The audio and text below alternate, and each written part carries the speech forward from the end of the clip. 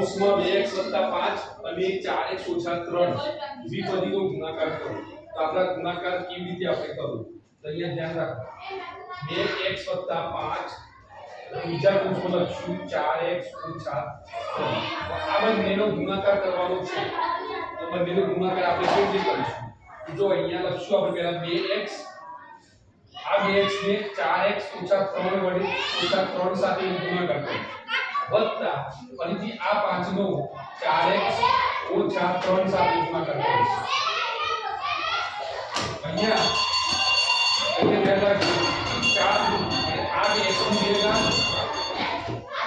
3 દૂત -6x, અહીંયા 5 ચોક એટલે +20x અને 5 તરી -15. હવે આનું આપણે સાદું રૂપ આપીશું. 8x ની ભેગા અહીંયા -6x વત્તા 20x, એટલે 20 માંથી -6 બાદ કરીએ તો જવાબ શું આવશે? વત્તા +14x અને -15. આ એનો જવાબ.